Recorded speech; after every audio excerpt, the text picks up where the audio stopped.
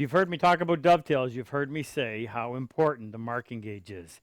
In fact, I consider it to be the second most important tool in the process of dovetailing. Why?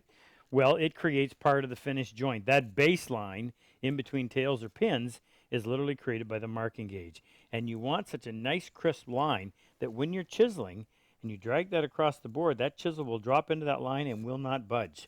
Which, by the way, is one of the reasons why I really like the wheel style gauge. Unlike the old style that had a pin, once you put it down into the wood, you couldn't see the pin. With this one, you can set your gauge, and if you need to move a little bit further, you can simply roll that last little bit. It makes for a very precise gauge. Now let me show you.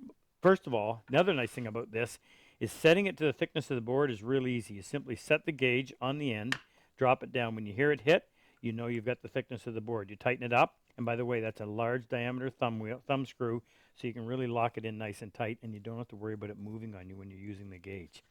And then when you actually come across that board, it leaves a nice, precise line, nice and sharp. And if it works in pine, it'll work in hardwood. Pine will crush before it'll cut if the cutter is not good and sharp. Cutters, let me talk about that for just a second. We have 3 different size cutters. Small diameter. Now, why would you want that? Well, it will limit the penetration into the wood, so you get a very shallow mark. Then a little larger diameter, and then a real large. In fact, we also sell them already mounted on the steel rod. And the nice thing about that is you can simply take the rod out and replace it in the cutter or in the gauge, and you're good to go. This is it's a great tool. I like the fact that it's got a flat spot on there so that it will not roll off the bench. And that was my problem with the gauges that were available, is if you didn't somehow trap them between a couple pieces of wood, it would literally roll off your bench, and it only has to hit the concrete floor once to be destroyed.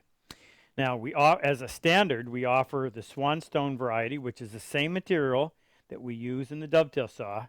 And we also are going to offer our fiddleback maple. Now, this is a resin-impregnated fiddleback maple, beautiful wood. Now, on a one-off basis, we are also doing some out of some really pretty wood. This is a piece of fiddleback catalpa. This one is a piece of bacote. This is some ebony. This is a piece of Brazilian tulip wood. And this is bird's eye maple. Now, these ones are in progress. Still have to do the thumb screws. But they'll be on the site as they're available. And like I said, they'll simply be sold as one-offs. So if you're into dovetailing, if you're into hand tool woodworking, you have to have a really good marking gauge.